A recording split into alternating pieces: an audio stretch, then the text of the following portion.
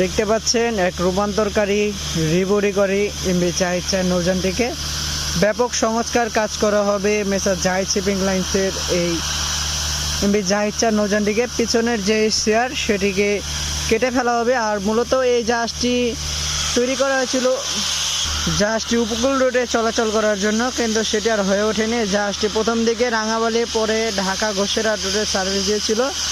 আর এখন জাহাজটিকে ব্যাপক সংস্কার কাজ করা হবে। পিছনের যে বর্ধিত ছাতের অংশ দেখতে পাচ্ছেন, এই অংশতে কিন্তু কেবিন বাড়ানো হবে এবং পিছনে যে আমরা গাংমারি হিসাবে যেটিকে চিনি জাহাজের, আর এখান থেকে কিন্তু এই জাহাজটিকে কেটে ফেলা হবে পিছনের চেয়ার মেলানোর জন্য এবং সাইডের টেক্সিন ফেন্ডার এগুলোকে কেটে ফেলা হবে।